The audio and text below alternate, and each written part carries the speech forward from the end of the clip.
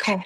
Welcome to this masterclass on trauma-informed yoga, bridging ancient wisdom and modern neuroscience. With me, I'm Allie. I'm a social worker and yoga teacher, and I'm super excited to dive into this work with you. Let's just go ahead and jump right in, because as I mentioned, we don't have a ton of time. So I'd love to actually hear from you guys first. Your name, where you're calling in from, and your scope of practice. So what I mean by that is like, what do you do? How might this, are you a yoga teacher? Are you a therapist? Are you a coach? What are you hoping, um, what work are you hoping to apply this to? I'd love to know, like, what work do you do out in the world? So you could just drop that in the chat when you're ready. And then as people are dropping their info into the chat, um, feel free to take a look at the agenda, familiarize yourself with what we'll be covering today. Um, yeah. And also, as you put your stuff in the chat too, whoops, there's my chat. I'd love to introduce a couple people here that are helping me out today. I have my intern, Erin. She's an MSW student, so Master's in Social Work. She's going to be helping me with some logistical things on this master class. So you might see her name pop up as she shares links and things like that. And then Maggie Maxwell is my co-facilitator of my big training that I do, the trauma informed yoga and somatic certification. She has a specialty in yoga for addictions recovery. So she offers a really cool lens to this work. Yeah, let me check the chat. I'm not seeing anybody. Are you guys able to put things in the chat? Or maybe just, okay, there we go. I see someone in there now. Thank you. Hi, Megan. Awesome. Also from Denver. Therapist and newer yoga teacher. Very cool.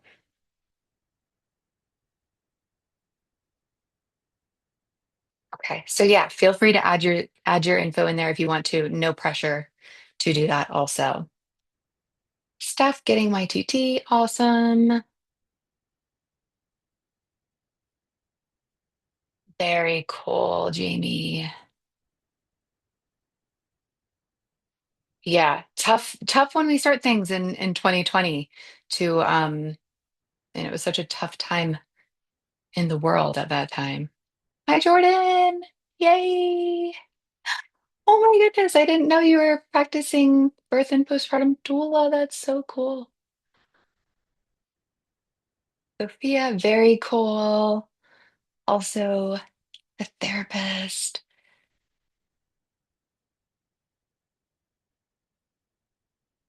Okay. Very cool, Jamie. Love the psychosocial rehab groups. Really cool to bring. Would be cool to bring yoga into that too. Very cool. Thank you guys so much. Feel free to keep dropping your stuff in. I'd still love to see who else is here. Yeah, so I'm Allie. I'm a licensed clinical social worker, somatic psychotherapist. What that means, I have specialized training in somatic therapy for trauma healing. I'm also an EMDR clinician, so my specialty is trauma in the one-on-one work that I do. I've been teaching yoga for 14 plus years, and I have been a teacher trainer for the past probably 9 years. So I've been leading 200-hour teacher trainings. And once I became a social worker, I really started to merge all of my knowledge and training together to really dive deep into the trauma informed lens of yoga. I'm also a mama to a 2-year-old, and I have another one on the way, another little girly. Um, and I'm forever a student of yoga and trauma. I've always had a fascination with understanding trauma and why people do the things that they do. Um, and now I help yoga teachers, therapists, and healing practitioners understand how trauma affects the body and how to use yoga, breath, and somatic tools to support healing in others and themselves. Cool. I'm just taking a peek in the chat to see. Okay, cool. Sophia, a lot with chronic illness and trauma. Yeah, very important specialty. Sweet. Okay. And um, I'm located in Denver. I'm originally from Richmond, Virginia. My business now is yoga and therapy for the times, or just yoga for the times when I'm talking about yoga. I used to own a yoga studio in Denver called Zenver, but since I closed that down and had my baby, I've really just kind of honed in on um, teaching trauma-informed yoga, really to teachers and therapists to help them integrate that into their work and working in my private practice. Okay, so I'd love for you all to join me if you wish in a seated practice. We'll start with a somatic practice and then we'll do a little bit of movement. This is optional. You're welcome to keep your video on or you could turn it off. If you want to, you know, pop out of the room for a moment while we do this, that's fine too. Um, but yeah, take a moment to, get your space set up if you need to. You can stay in your seat. I will be staying right where I am. And we'll do a little practice together. Or take a moment or two to settle in. Whatever that looks like for you, whether that's a little fidgeting or maybe a little bit of movement on your own.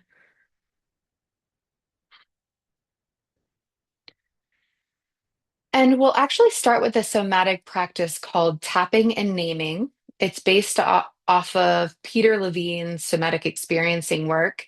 He actually starts every single one of his one-on-one sessions with this, so I'm told. And it's a really great practice to help to bring more energy of the brain on board. So I'll kind of explain it as we go, but we can start at the top of the head. We're going to be tapping. And as we make contact with each body part, we're going to say it to ourselves in our minds. So we'll start with top of the head, and you can repeat in your mind, top of the head, silently to yourself. You could repeat it once or a couple times, whatever you'd like. You could keep your eyes open or close them down. Let's move down to the forehead, repeating forehead,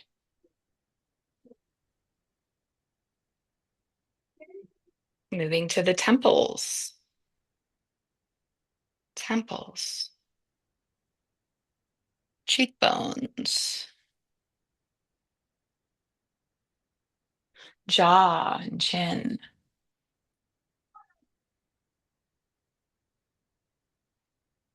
neck, collarbones. So as we do this, we're engaging both sides of the brain. We're using our thinking mind, our um, language, while also making contact with the body. And sometimes we have more energy in the center of the brain or the brainstem toward the amygdala, which is responsible for fight, flight, freeze, being on high alert, right? So what this does, it helps us bring more activity to the prefrontal cortex. Let's come to the shoulders, repeating shoulders.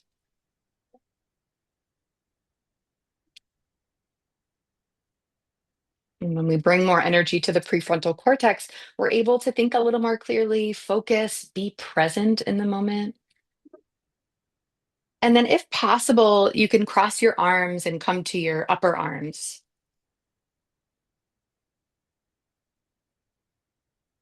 And then forearms. And then hands, just kind of clapping your hands together, feeling your hands, your fingertips. And then coming down to the rib cage, the lower belly, the hips, if that's accessible, the thighs, tapping the thighs, the lower legs, if you can reach them. All right. And then if you'd like, you can kind of just swipe your hands all the way up your body, just making contact wherever you'd like. And then I'll invite you to just sit up tall and notice. Again, eyes could be open or closed. Just see if you can notice how you feel. What is it like to be you right now?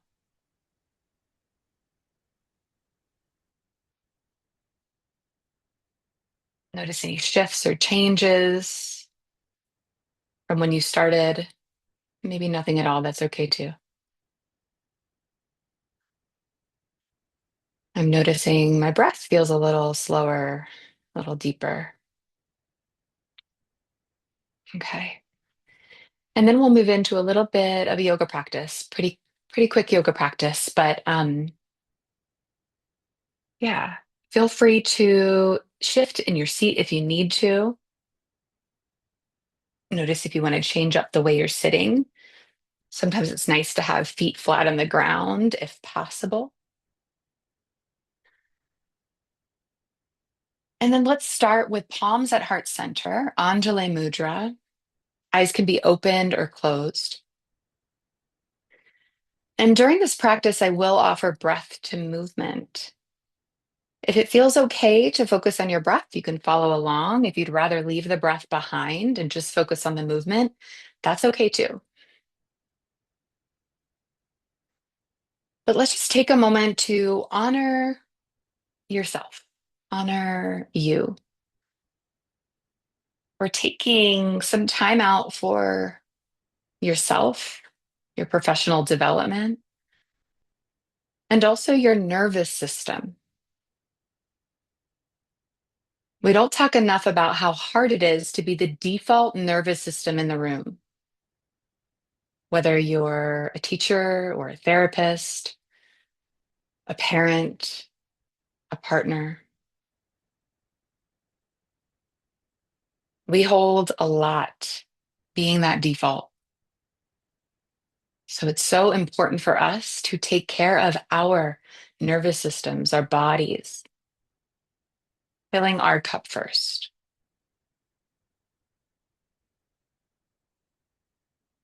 If you'd like, take a breath with that. Conscious breath in, slow, steady breath out.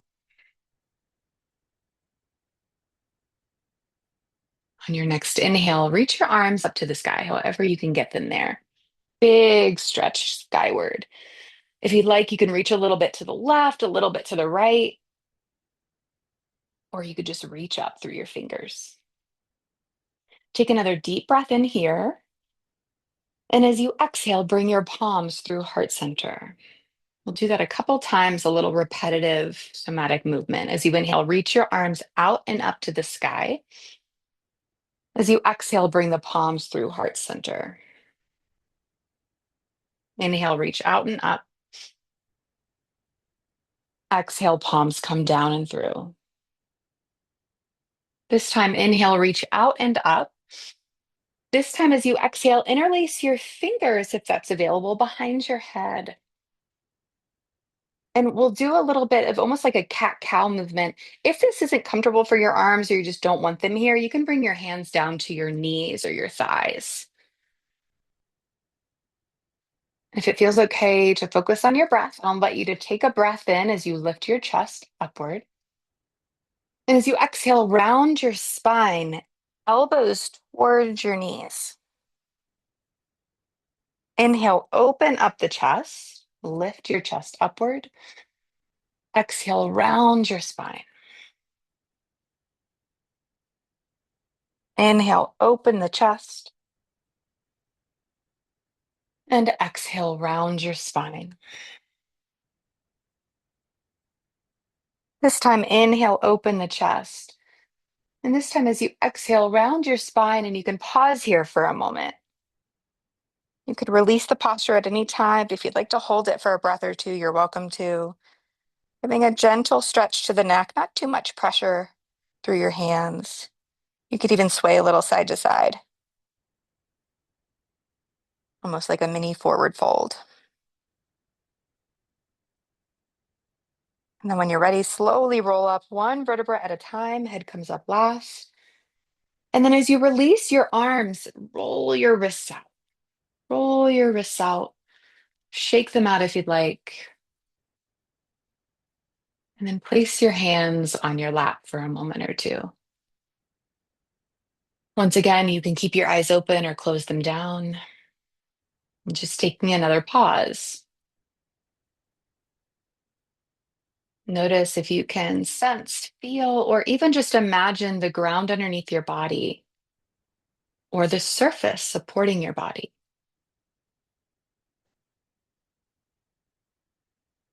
And then notice if you can lean into that support even 1 or 2% more. Perhaps letting the shoulders drop or the face, jaw relax.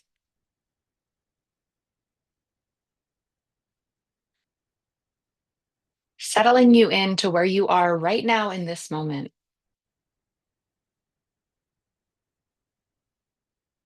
And then as you come back to your room or your space, if it feels okay to do so, I'll invite you to look around your space first. So, kind of just take in your surroundings, anything that might be pleasant to look at in your space,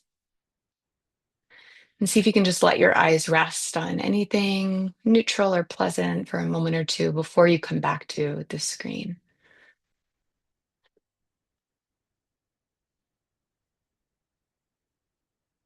And then slowly join me back here when you're ready. Okay. Thank you so much for joining me in that short practice. I wish we had more time. I'd love to hear how you're feeling. Maybe it's like one word, how you're feeling in your body or your mind right now after that. It doesn't all have to be rainbows and butterflies too, if someone's still feeling. Anyway, all feelings are welcome. Level, more at ease, calmer, love it. Yeah, I feel slower. I think that's my word. Beautiful. Okay, thank you for sharing. Okay, so heads up. After that practice, important to note that as we study and talk about trauma, things can come up. It's just the nature of it. So please take care of yourself during this hour. Listen to your body, make choices as needed. Walk away if you need to. That's totally fair. Just keep that in mind as we move through the content. So I want you to imagine for a moment working in a way that attunes to the body's signals, honors the nervous system, and supports healing from the inside out for your students, your clients, and yourself. I believe, and I'm sure most of you can agree, we're living through unprecedented times of grief, trauma, chronic stress. Yoga has held deep wisdom about the nervous system for thousands of years, long before we had all this language that we have today, like polyvagal theory or neuroception. Talk a little bit about what that means later. So, our work now is to bridge those two together so we can better meet people where they are and really use the science to back these practices that we know and we feel make a difference in our lives. So, let's make sure you're in the right place. Perhaps you want to teach yoga or somatic practices in a trauma informed way. You're not sure how to do that. Maybe you want to make a deeper impact and respond to the stress and overwhelm. Maybe you already support people through movement or emotional work, but you want to feel more confident working with the nervous system and knowing how to respond. Perhaps you want practical tools for using movement, breath, sensation, and tension to support nervous system resiliency and agency. Ultimately, maybe you want an approach that feels aligned, ethical, and sustainable for the people you serve and for you. You're in the right place if any of those resonate. So thank you so much for being here. I'm really passionate about this work. This is just the tip of the iceberg and a taste of what's to come in my trauma informed yoga and somatic cert training that starts September 9th. It's a 25-hour training. I'll talk a lot more about it later. But first, let's dive into it. So, understanding the ancient wisdom of yoga. Some of this might be a review for you. This might be new. So, what is yoga? It comes from the Sanskrit word yuj, which means to yoke or unite. It's said it dates back more than 3,000 years. Early references appearing in ancient India in the Vedic traditions. There's also been a lot of talk that I've heard more recently about some references of it in Egypt, even longer than that. But at its heart, I think everyone can agree that yoga is about relationship or union to your body, your breath, your inner world, and also to something bigger than yourself. It's the practice of coming back into connection with all of that. And it's so important for us to name that yoga is more than just the physical practice. It's so much more. And we honor the roots of yoga by remembering and practicing the totality of it. And, as we link this to the trauma informed work we're doing, this gives us an important foundation that, yes, it's not just movement, but it's also about relationship. And the body is not separate from the mind, from the emotions, our relationships in the world, and the way we make meaning. So, yoga has always offered a pathway for working with the whole person, which is what we're aiming to do with trauma informed yoga. Understanding trauma. It is said, this is actually statistic, that more than 70% of the adult population has experienced a traumatic event once in their lives. This is a statistic from 2022. I feel like that number is probably larger. This is just from what's reported. So we can assume, again, this is just an assumption, that most people walking into our rooms have experienced some sort of trauma in their lives, which is why this work is so important. So, what is trauma? It's not necessarily the event, but what happens in the body and the nervous system when that event or experience overwhelms our capacity to cope. So it's not just about what happened, but how our nervous system adapted in order to survive. And typically we hang on to those adaptations way after the event has passed. And it doesn't only stem from one singular event, right? We know this. It can come from systems, justice system, medical system, any system, from poverty, generational ancestral wounds. That piece is so important, especially in our country. Passed down through families, communities, and also the everyday environments we live and work in, right? It can be everyday stress, chronic stress that leads to, trauma accumulation in the body. So let's talk about kind of bridging these two together. Trauma informed yoga, bridging the wisdom with the modern neuroscience. It's basically, different words for the same intelligence. So, trauma informed yoga is not a replacement for therapy or trauma processing. It's not something that only belongs in clinical therapeutic settings. And it's not just for people with obvious trauma histories. I really truly believe that trauma informed yoga belongs in every yoga studio, in every class.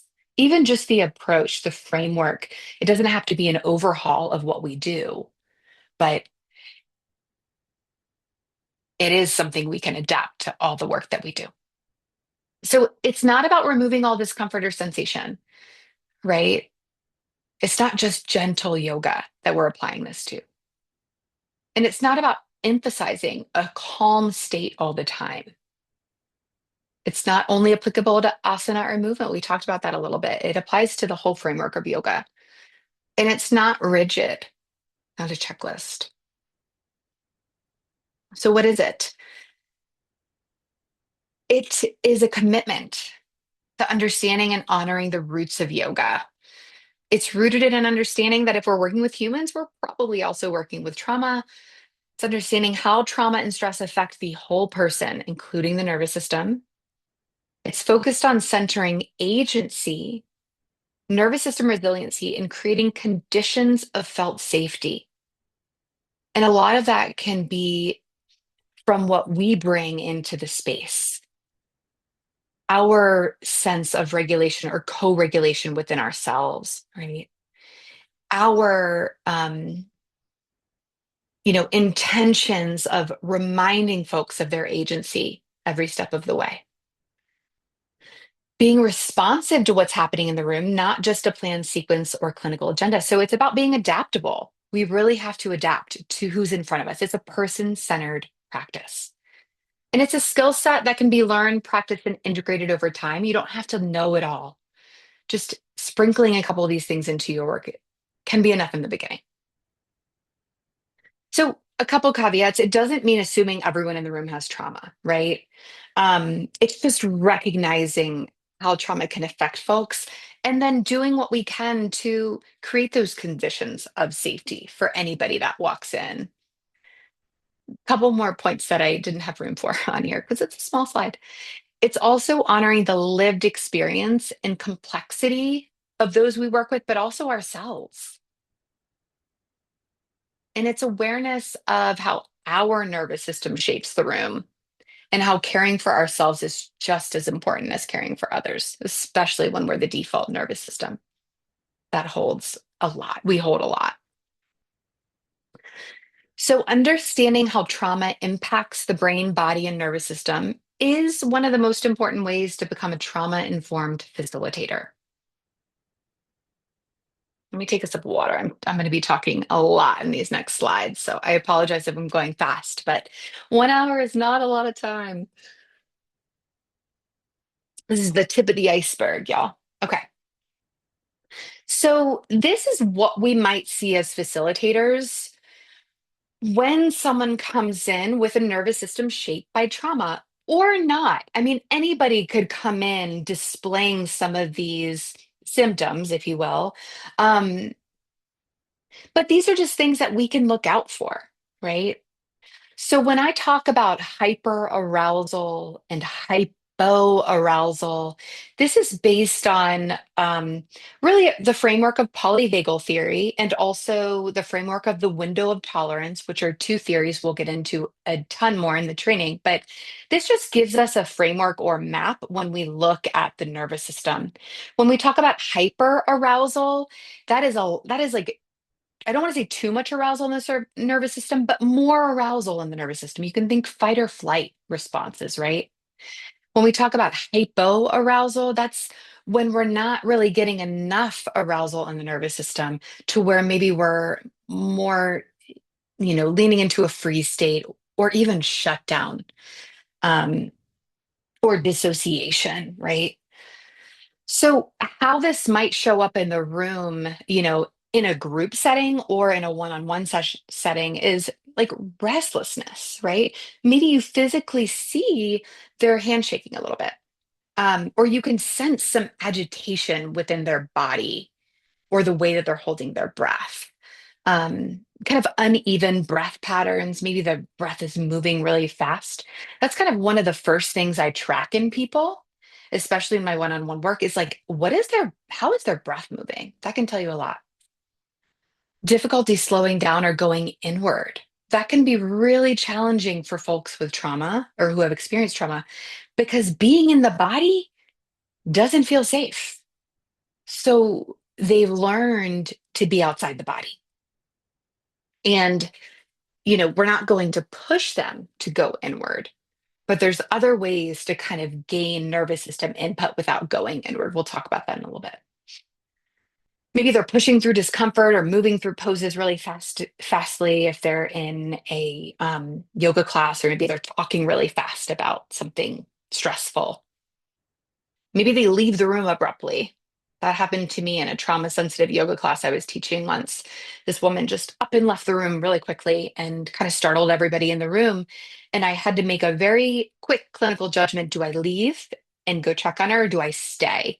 I chose to pause the room, and I left and went and checked on her. And honestly was the best thing I could have done. It kind of created a connection between her and I, and she kept coming back. So that's that adaptability. We might not know what to do, but we have to kind of trust ourselves. So hypoarousal might look like fatigue, numbness, disconnection, checking out.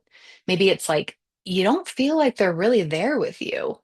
Like they kind of left the room mentally. Collapsed posture, really low energy. And then overall, kind of difficulty with regulation and agency. Some folks can feel overwhelmed by sensation, light, sound, touch, which is a big conversation in trauma informed yoga. We won't touch on that a lot, but consent, consent, consent. Or proximity in a lot of trauma informed spaces, or more like trauma sensitive spaces, which is specifically for folks who've experienced trauma. Typically, the facilitator will be up front because that's a proximity thing, right? So knowing they can know and predict where you are in the room. So you kind of see how there's different choices that we can make to help folks deal with these overwhelming feelings that can happen. Um, you know, Dr. Bezel van der Kolk, mixed feelings about my guy, but that's fine. He has a quote: trauma is the disease of not being present. So really what we're seeing is an inability to be fully present in their bodies and with themselves. Um, and that is physiological. That is changes that happen due to the experiences that they've had. The amygdala, the alarm set on the brain, the one that's responsible for survival, actually enlarges after somebody has experienced maybe complex trauma or, trauma over time. Um, which kind of sends our brains and nervous systems on high alert all the time, even when there isn't a threat. And another thing I want to note is, these behaviors aren't automatically signs of dysregulation or trauma. They're possible signals. Our role isn't to diagnose or fix the response. I mean, maybe if you're a therapist, it is more clinical in that way. But really, with this approach, our job is to notice, offer choice, adjust and adapt if we can, and just be conscious about creating conditions that support felt sense of safety. And that includes ourself, our presence, our pacing, our tone, our attunement to who's in front of us. Again, this is a person-centered practice. We aren't necessarily responsible for regulating someone else's nervous system, but we can create those conditions that support co-regulation. A lot of information in these slides, but we're doing it, y'all. Okay. So this is where the ancient practice and modern neuroscience intersect. And let me just preface this by saying some might disagree with me, but yoga isn't a magical cure, right? Um, some people will probably say that it is. And sometimes it does feel like it is because we can kind of maybe reach altered states of consciousness. That's a conversation for another time. But one class isn't going to rewire or reset someone's nervous system. It's just not the case. However, every time we kind of move through these layers of the practice, we are helping the nervous system learn and grow and adapt to newer capacity. So the input, this is the bottom up practice. We're using body-based somatic input through potentially breath, not always, but really through movement and sensation. It provides direct information to the nervous system. And sometimes in the beginning, that can feel threatening for some folks. However, with sustained continued practice, more and more safety can build. Um, and we're engaging with the body rather than asking someone to think their way into a different state, right? Because we know that's not possible. We've all tried it. Um, and then we layer on this next step of awareness and agency. This part is so important. And this is a part that some yoga practices miss, and that's okay. It's just, this is why we're studying and learning this trauma informed approach, because we are layering on this awareness and agency for folks to help them get to that newer capacity. So, interoception, this basically means noticing and interpreting what's happened internally inside our bodies. Again, that can be really hard to do for some folks. Um, but we can use language of inquiry to help folks develop interoception in a titrated way, little bits at a time. For instance, notice what happens when you shift your weight a little forward and back or side to side. Something really simple. And maybe we're helping them build proprioception first, their awareness of where their body is in space. Like, what is it like to reach your arms overhead? Feel the sensations in your fingertips, right? We're slowly helping them build that muscle of interoception. And interoception is what leads us to being able to be in touch with our inner compass, our inner guide, our intuition, which often, when we've experienced trauma, that gets shut off. We have a hard time trusting ourselves because we don't have contact with the body anymore, potentially, um, hypothetically, right? So, helping folks build their interoception, helping folks realize that they have choice and using that inner compass to make those choices. Oh my goodness. Think about how that can spread out into their lives of using their inner compass to make choices in their daily life that can really make a difference. So this is practice, right? Um, Pacing too is so important as a facilitator because again, we're titrating the experiences of sensation of movement, little bits at a time. I think of titration in yoga as moving from simple to complex, right? We're not jumping into really deep poses right away. We're slowly opening up the fascia to help the body become comfortable with a little more sensation, and then a little bit more, and then a little bit more as we move through the set of poses. This is something that we talk a lot about in the training, sequencing for fascia health and nervous system resiliency. So, how do we layer the poses to help titrate the experience of sensation and to help titrate the nervous system to handle those experiences? So, repetition and practice, right? The nervous system and brain, we learn through repeated experiences. Repetition rewires the brain, it creates new neural pathways. So, some other things we can layer in the practice is rhythm, predictability, right?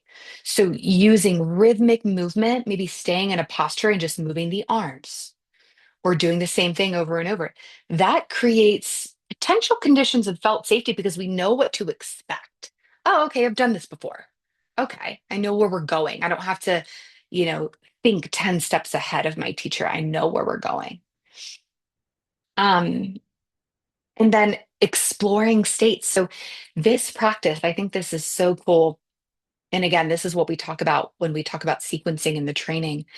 But it gives us an opportunity to practice in a contained setting the stress response cycle, practice moving through those states, rather.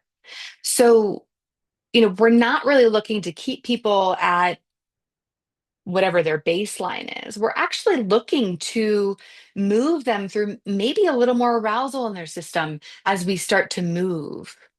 Unless they're already really hypo-aroused, then we might need to drop them down a little bit at first.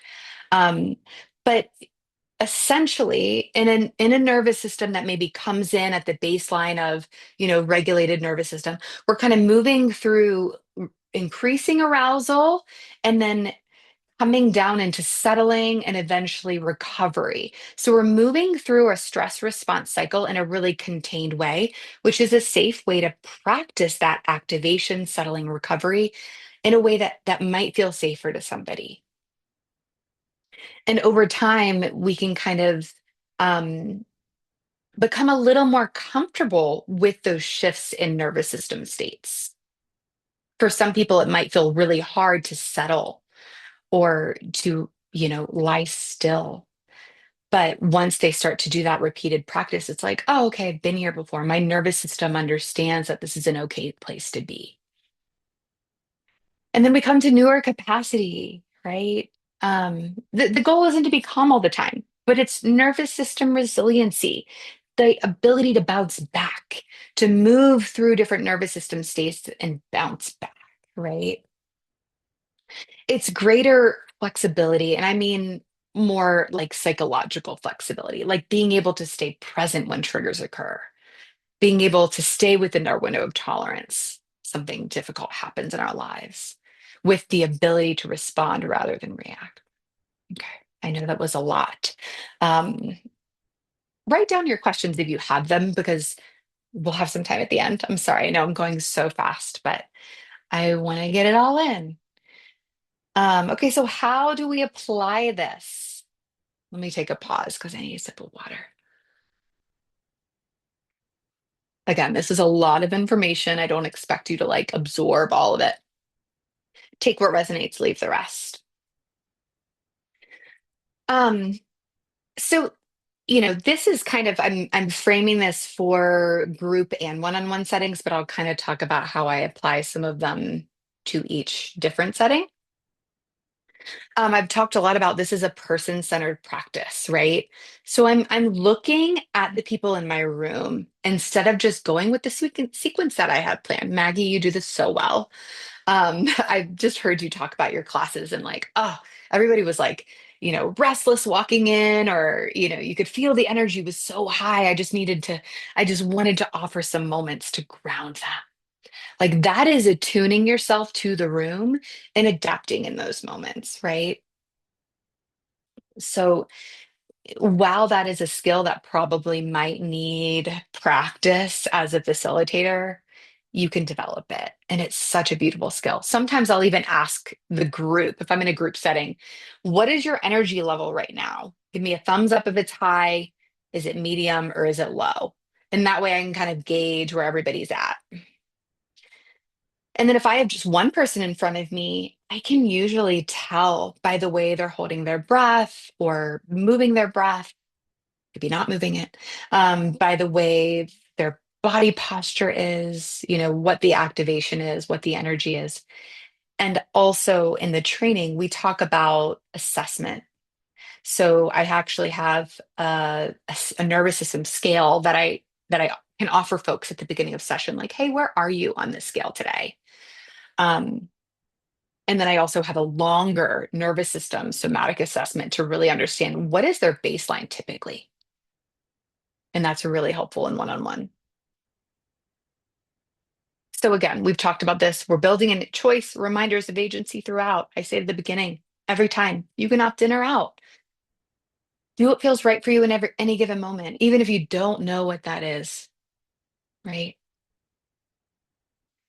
Using invitational language. So I might say something like, notice if you might like to explore another option here, or invitation to keep your eyes open or close them down. If it feels right, you might try this. Um, and then using somatic practices or external anchors. So, again, sometimes being in the body is really tough. So, I like to use orienting practices, so visually orienting to the room. And this is another thing that I think is so important is orient people to the space the first time they come to you. Whether you're a therapist or yoga teacher, show them where everything is. Help their eyes like orient to the lighting. Like, hey, how does the lighting feel? Like help them orient to the space in the best way that you can. And then in a group setting, you can have people kind of look around the room, like notice the objects in the room, have your eyes settle on a point in front of you, that drishti, right? That's what we call that in yoga. Um, you might help them notice points of support underneath their body. We talked about some gentle rhythmic movement. Those are kind of two somatic practices that I use out of many more. And then breath awareness. Sometimes it can be a really strong anchor for people, and sometimes it isn't. So, invitational language there. And then if I'm working one on one with someone, I ask, does it feel okay to focus on your breath today? Every day could be different. Um, consider pacing, predictability. We talked a little bit about that. Give people time and give them a heads up for transitions. Like let them know we're going to be here for a few minutes in Shavasana. instead of just kind of leaving them to let their mind wander. Give them an anchor, right? Titrate the experience. And then tracking the nervous system. This is another part of that person-centered practice, right? We're looking for changes in the room, in the person in front of us, and we're adjusting accordingly. But also, we can use our nervous system as a guide, y'all. This is like such a cool part of this work. If you're working one on one or even in a group, once you start to become attuned to your nervous system, you might start to become notice that yours is influenced by somebody else just the same way. It goes back and forth. It's a two-way street. Um, but if you're working one on one, you start to get really tired. Oh my goodness. Oh, I feel so sleepy. That person in front of you, they might be dropping down into hypoarousal. Those are such good signs to look for within yourself. Okay, I know that was so brief, but we're going to move on. Okay. So, this is the five-step framework that I keep in the back of my mind when I'm teaching yoga classes or I'm bringing yoga into my one-on-one clinical work. And this is what we go into much more detail in the training. We started here today, right? Honoring the practice in lineage and awareness. Something really cool I find about yoga is I see so many parallels between the yoga practice and modern psychology concepts. Like, I don't know if you've heard the term parts work or this approach called parts work, but when I think of parts work, sometimes it reminds me of the yogic concept of koshas, these layers of being. So it's really cool to kind of see how we can actually bring those concepts of yoga into the therapy room and vice versa into our yoga classes. We dive into all of that in the training, but also you know, the second part is understanding how trauma affects the whole person, body, brain, nervous system, the systems they're in, the relationships they have with themselves and the world.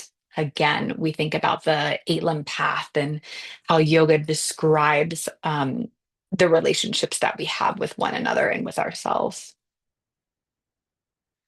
Attuned presence and co-regulation. So learning how to attune to another person is it's a muscle that we can build to see someone.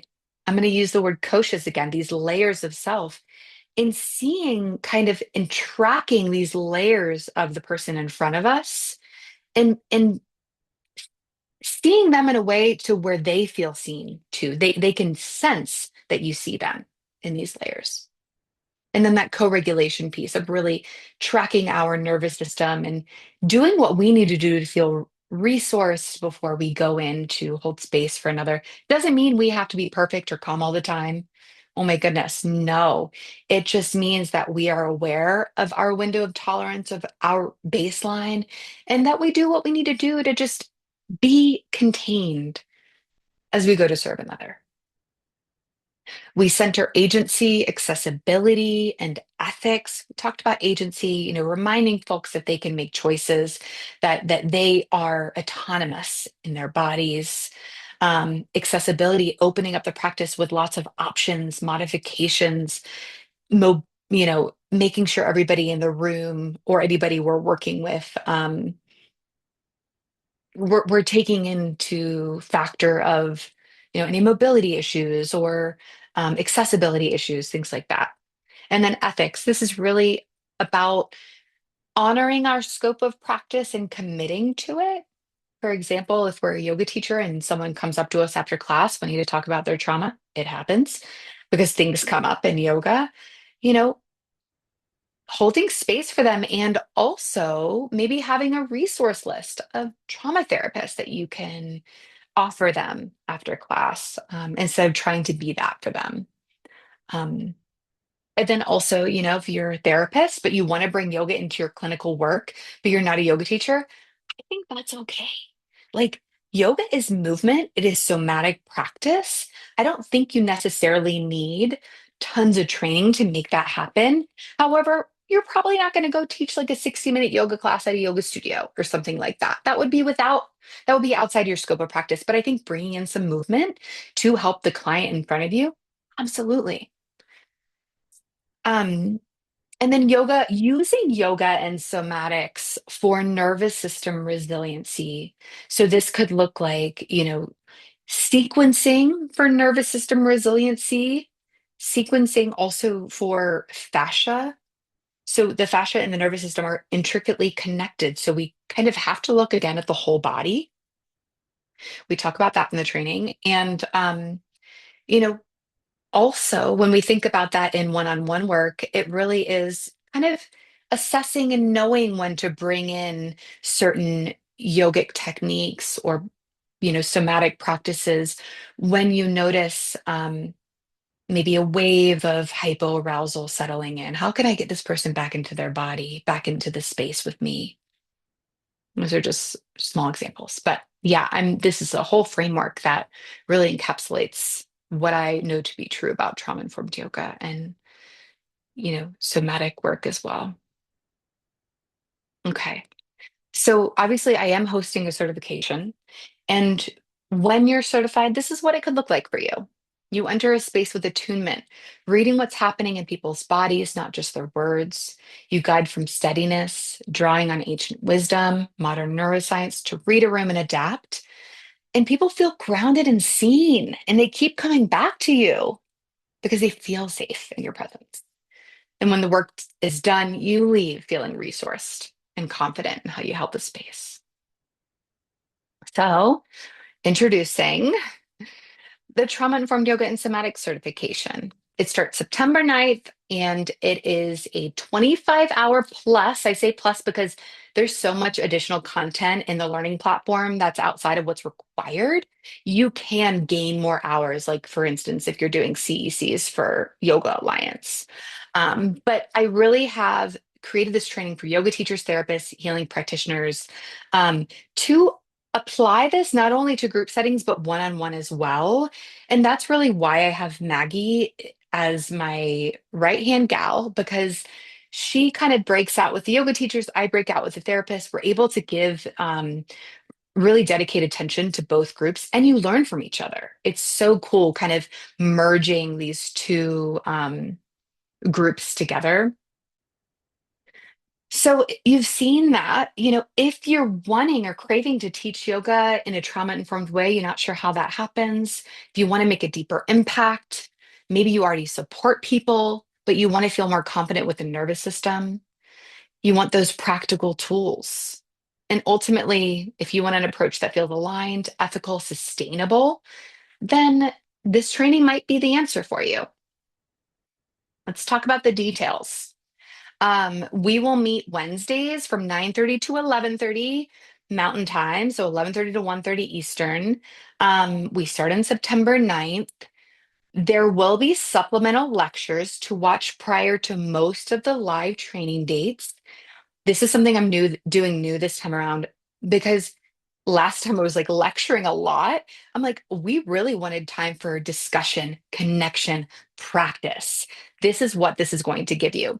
So, by watching some of the supplemental lectures prior, when we come together, we're dissecting all that we learned, and then we have time to put it in practice and apply it into our own work, which is going to be so valuable. Um, there is a video library with yoga classes, yoga nidra, meditations, supplemental lectures, community space. It's eligible for 25 plus hours of CECs, depending on how much you study. And I actually also have a self-paced option. It does not include any of the live sessions that are recorded. Um, but it is a little bit less expensive and more flexible. But I will say, if you need to miss a couple of the live sessions and you do decide to take the full training, those are recorded, so you could watch those back.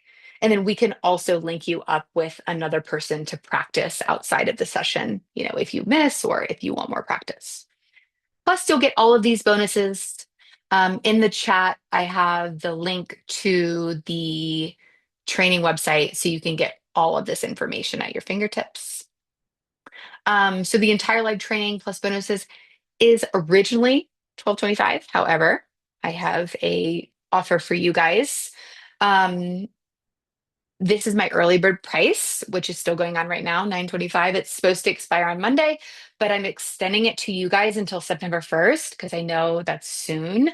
And I want you to take your time making sure that this is right for you. Of course, if you want a cash flow friendly option, you could do 3 monthly payments or you could do the single investment. Um, if you still have questions and want to hop on a 20-minute consultation Zoom call with me where we can talk one-on-one prior to the first of the month, email me. We can get it scheduled. I'd love to chat with you about what you're working on and how this might support your work. And my email, Erin's going to drop in the chat box. It's Allie@yogaforthetimes.com. And then I have a limited number of financial scholarships to make this as accessible as possible. So you're encouraged to apply if you're maybe a BIPOC practitioner, maybe you serve marginalized communities, or you have some financial barriers. Please apply. It doesn't hurt to apply and see if that might apply to you. And that would be 50% off the original price. So, next steps, if you're interested, is to submit your application on the website. Erin dropped that in the chat, the application itself. If you're applying for the scholarship, add that in the appropriate section on the application. It's the same application. And then once accepted, you'll receive an enrollment email and then access to the learning platform. And then before the training begins, we'll start to connect in the private community space. But ultimately, I'd be honored to walk this path with you. This work is so near and dear to my heart. And either way, thank you for being here. Just by being here is an act of love for you and the people that you serve. And it just shows that you have care and support for, you have care for the people that you support. So thank you so much.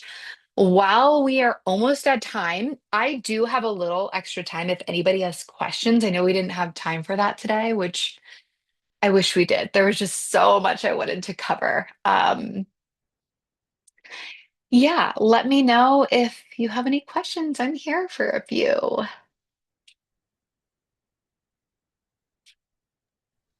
Thanks, Allie. Thank you guys so much.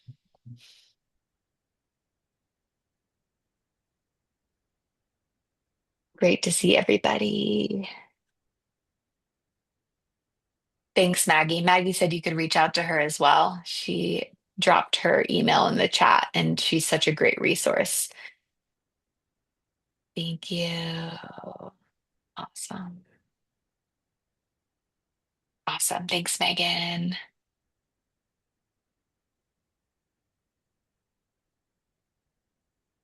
Yeah, feel free to email me with any questions too.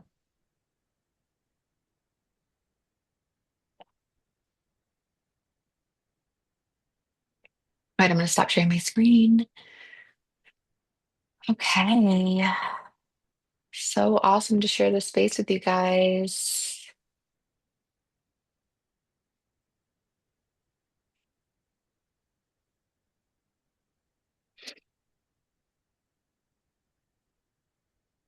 All right. Well, I hope everybody has a great rest of their day.